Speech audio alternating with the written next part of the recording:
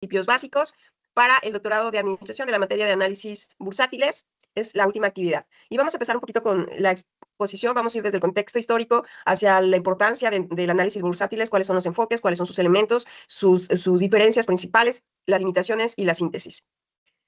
Como hemos empezado, quiero empezar precisamente por las personas que le dieron forma a esta disciplina, porque entienden sus orígenes intelectuales y nos ayudan a entender su propósito. Ellos fueron Benjamin Graham y David Dodd, profesores de la Universidad de Columbia, que sentaron en 1934 las bases del análisis fundamental en sus obras de Security Analysis, y su aportación central fue distinguir con claridad el valor real de una empresa en las fluctuaciones especulativas de su cotización en la bolsa. Años más tarde, Warren Buffett, discípulo directo de Graham, popularizó la aplicación práctica de estos principios bajo la máxima que resume muy bien el espíritu de enfoque de invertir únicamente en negocios cuyo valor uno realmente comprende. Bueno, ¿qué es el análisis bursátil? Con este contexto, teniéndolo en mente, pasamos a la definición formal. El análisis bursátil es la metodología de valorización que estima el valor intrínseco de un activo financiero a partir del estudio sistemático de las variantes económicas, financieras, sectoriales, cualitativas que explican su capacidad de generar flujos de efectivos futuros. Permítame detenerme en una idea.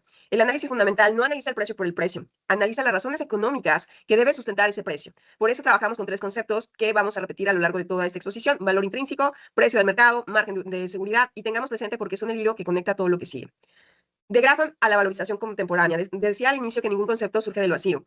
Este es un buen ejemplo. El análisis fundamental no es una técnica reciente, nace como respuesta académica a la especulación desbordada que precedió a la crisis en 1929, con el propósito explícito de fundamentar el valor de un activo en hechos económicos verificables y no en el optimismo o en el pánico del mercado. En 1934, Graham y Dodd publican Security Analysis. En 1949, el propio Graham introduce en The Intelligent Investor el concepto de margen de seguridad como principio central de la inversión disciplinada entre 1965 y la década del 2000.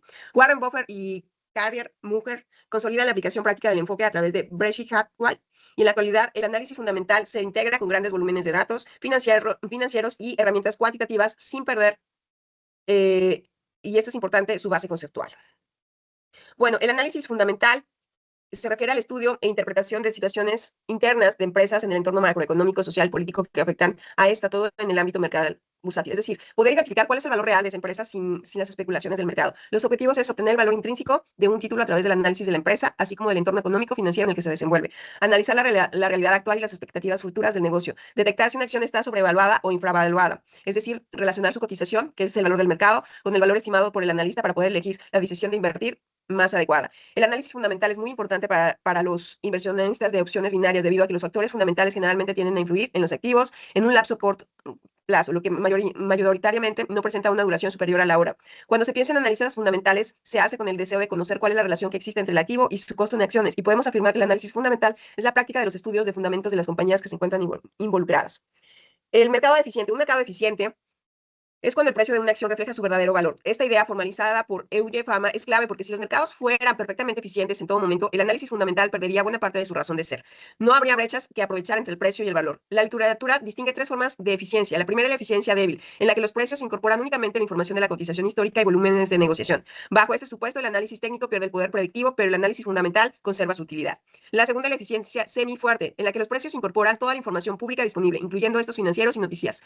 Aquí es donde se sitúa en la práctica la mayoría de los mercados bursátiles desarrollados. La tercera es la eficiencia fuerte, en la que los precios incorporan absolutamente toda la información, incluida la privacidad o privilegiada. Bajo ese escenario extremo, ni siquiera el análisis fundamental genera ventaja alguna. En la práctica, la evidencia empírica sostiene que los mercados son, el mejor de los casos, semifuertes, eficientes, y es precisamente en esa imperfección donde el análisis fundamental encuentra su espacio. ¿Por qué es relevante el análisis bursátil, o de dónde viene la importancia del análisis bursátil? Con esta teoría entendemos por mejor el análisis fundamental relevante dentro del análisis bursátil. En primer lugar, fundamentar el precio, es decir, ofrecer una ancla objetiva frente a la volatilidad de corto plazo, evitando decisiones guiadas únicamente por el ruido del mercado. En segundo, es la base del enfoque top-down, porque connota la economía global, el sector y la empresa en una sola cadena explicativa propia de la inversión institucional. En tercer lugar, sustenta la valorización. Es fundamental metodológico de modelos como el descuento de flujos de cajas y los múltiplos comparables. Y finalmente, orienta a largo plazo, porque permite distinguir con claridad entre invertir y especular. Se invierte en negocios, no únicamente en movimientos de precios. Vamos a ver este cuadro comparativo entre los diferentes análisis que existe: el análisis fundamental, técnico, cuantitativo y los criterios de elección. Para situar mejor, el análisis fundamental resuelve útilmente comparando con los otros dos grandes enfoques del análisis bursátil. El análisis fundamental va a responder a la pregunta de dónde invertir, estimando el valor intrínseco del activo con herramientas como estados financieros, razones financieras y modelos de flujo de descontados. Su horizonte típico es de mediano y largo plazo. El análisis técnico, en cambio, responde a la pregunta de cuándo invertir, identificando el momento de entrada o salida a partir de la gráfica de precios, medidas móviles y oscilatorias. Sus horizontes de corto plazo. El análisis cuantitativo emplea modelos estadísticos y algorítmicos. El criterio de elección entre estos enfoques depende en última instancia del horizonte de inversión y de la tolerancia al riesgo de lo que se quiere invertir. Quiero subrayar algo súper importante. No son enfoques excluyentes, son complementarios. El análisis fundamental define qué activo tiene valor y el análisis técnico te ayuda a definir cuándo invertir y cuál es el momento correcto para hacerlo. Y el enfoque cuantitativo permite la escala de decisión. Ahora vamos a ir a los enfoques que utilizan los enfoques metodológicos. Tenemos el enfoque top-down.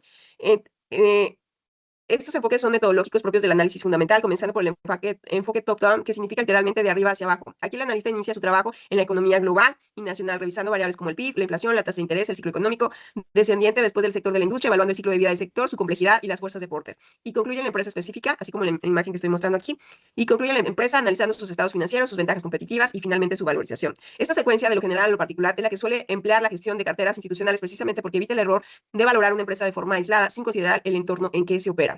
Después vamos al enfoque bottom-up, de lo particular a lo general. Aquí el analista parte de la empresa específica que resulta atractiva fundamentalmente por su propio modelo de negocio, su ventaja competitiva, la claridad de la dirección, el gobierno corporativo, y solo después valida frente al sector de la industria como un contexto competitivo que puede matizar o reforzar la idea inicial. Y revisa al final la economía global y nacional, no como punto de partida, sino como un factor de riesgo adicional o consolidado. Es importante decir que ambos enfoques, top-down y bottom-up, no compiten entre sí, son complementarios y muchos analistas profesionales combinan según el tipo de activo y contexto en el mercado. Este cuadro comparativo son los enfoques metodológicos y pasamos ahora a los 4 componentes en la práctica que integran cualquier análisis fundamental. El entorno macroeconómico, el análisis sectorial, los estados financieros, las razones financieras y la valorización. Voy a desarrollar cada uno de estos 4 componentes más a detalle en las siguientes diapositivas, considerando que es donde realmente está el grado de importancia. Vamos a empezar con el entorno macroeconómico. El primer componente es el entorno macroeconómico, que constituye el primer nivel del enfoque de top-down, que revisaremos hace un momento. Ninguna empresa opera el margen del ciclo económico en el que está inmersa. Dentro de este componente vamos a revisar las variables del Producto Interno Bruto, su tasa de crecimiento, la inflación, el índice del precio al consumidor, la tasa de interés de referencia del Banco Central, el tipo de cambio, y cada una de estas variantes condiciona directa o indirectamente tanto la capacidad de la empresa para generar flujos de efectivo como la tasa de descuento con la que vamos a valorar esos flujos. El segundo componente es el análisis sectorial, que sitúa a la empresa dentro de su industria. Quiero incidir en este punto. 2 empresas con fundamentos financieros similares pueden tener perspectivas diferentes, muy diferentes, según al sector que pertenezcan. Para evaluar esto, consideramos el ciclo de vida del sector, si está en introducción, crecimiento, madurez o declive. Las 5 fuerzas de Porter, que explican la intensidad competitiva a través de la rivalidad de los competidores, el poder de los proveedores y los clientes, y las amenazas de nuevos entrantes y sustitutos. La sensibilidad de los sectores del ciclo económico, distinguiendo entre sectores de ciclos defensivos o de crecimientos y los comparables sectoriales, que nos permiten contrastar múltiples imágenes frente a empresas similares de la misma industria.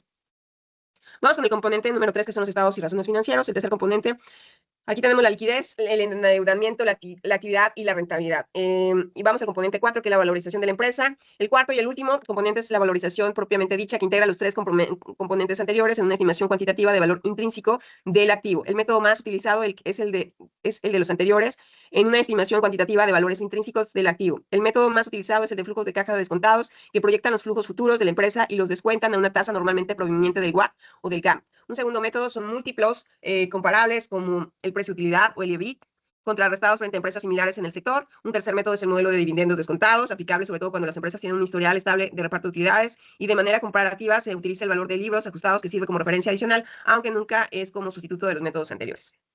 Vamos al valor intrínseco contra el valor del mercado. Este es un momento clave porque vamos a profundizar en esto. El valor intrínseco es el valor real de la empresa. Es la estimación objetiva de lo que vale el activo, calculada a partir de sus fundamentos económicos. Es una construcción analítica, no un dato observable directamente. Y el precio del mercado puede aquí variar por fluctuaciones del mismo tipo del mercado, ¿ok? Valor al que efectivamente se negocia el activo en un momento dado y resulta de la oferta a la demanda del sujeto o a factores de sentimiento, liquidez y expectativas.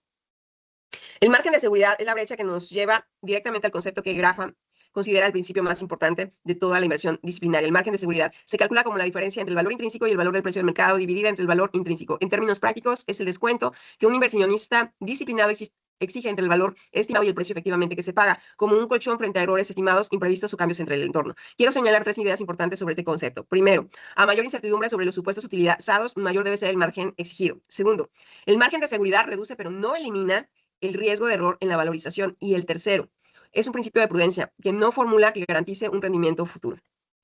Vamos a un ejemplo. Para estos conceptos no queda solamente con el plan teórico, sino también con un ejemplo. Se hizo solamente para fines explicativos y educativos. En este gráfico pueden observar dos líneas. Las líneas que se representan el valor intrínseco estimado de una empresa hipotética que crece de manera relativa estable a lo largo de 12 periodos trimestrales. La línea naranja representa su precio del mercado, que oscila con mucha magnitud y amplitud, precisamente dos factores de sentimientos y liquidez que mencioné antes. Quiero ser clara, se trata de una ilustración conceptual, solamente, no es un caso real. Bueno, aquí en la interpretación de este ejemplo, analizaremos juntos el gráfico anterior, ¿ok? Aquí es importante considerar que la zona verde es el margen de seguridad, ¿ok? Es la zona donde, que vimos en el gráfico anterior, se genera un margen de seguridad, es decir, una posible oportunidad de compra bajo la lógica de análisis. ¿Qué quiere decir? Que el precio de la acción está por debajo de su valor real, entonces en esta área verde es cuando debemos de comprar. En el área naranja, aquí es al revés. Aquí quiere decir que el analista está, el valor de la acción es por arriba del valor real. Algo está pasando, entonces aquí hay que tener cuidado. Entonces, esto es lo que se está mencionando ahora. Del análisis a la decisión. Todo lo anterior converge en un proceso de decisión que puede resumirse en 4 pasos. Primero, se estima el valor intrínseco a partir de flujos de caja proyectados, una tasa de descuento y supuestos razonables de crecimiento. Segundo, se compra ese valor con el precio del mercado para determinar si el activo está subevaluado o sobrevaluado o cotiza en línea con su valor estimado. Y tercero, se aplica el margen de seguridad exigiendo un descuento razonable antes de invertir. Y cuarto, se decide con un horizonte a largo plazo. Se compra cuando existe margen de seguridad y se mantiene mientras esta inversión siga vigente y se vende si el valor erosiona al original y deja de ser sustentable.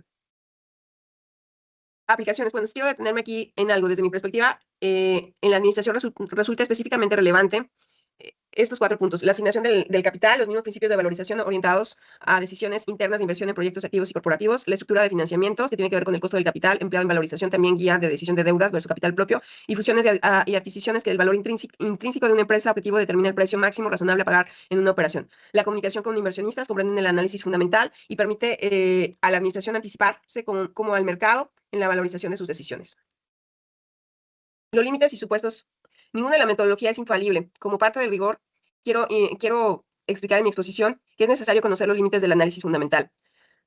Puede distorsionarse en cualquier estimación de valor. Segundo, no garantiza el momento de convergencia. El mercado puede tardar mucho tiempo en reconocer el valor intrínseco de un activo o incluso no reconocerlo del todo. Tercero, es muy sensible a los supuestos del analista. Pequeñas variaciones en la tasa de descuento o en el crecimiento proyectan un cambio sustancial en el resultado final. Y cuarto, requiere complementariedad, alcanzar su máximo potencial cuando se convierte en análisis técnico para el momento de entrada y con el análisis cuantitativo del negocio. Y bueno, lo esencial de este análisis, y con esto resumo esta presentación, es importante estimar el valor intrínseco de un activo a partir de sus fundamentos económicos, sectoriales y financieros. Se apoyan 2 enfoques complementarios, top-down y bottom-up. Se integran 4 componentes: entorno macroeconómico, sector, estados financieros y valorización. El margen de seguridad de su propia prudencia central. Sustenta decisiones racionales de inversión y también decisiones estratégicas corporativas y alcanza su maximización potencial cuando se completa con el análisis técnico y cualitativo. Y bueno, solamente para cerrar y retomando lo inicial, el análisis fundamental estima el valor intrínseco de un activo a partir de su entorno macroeconómico, su sector, sus estados financieros y su modelo de valorización. Y ese valor, contrastado con el precio del mercado, es lo que finalmente sustenta una decisión de inversión racional a largo plazo. Muchísimas gracias. Espero que les haya sido de utilidad y gracias por todo el tiempo.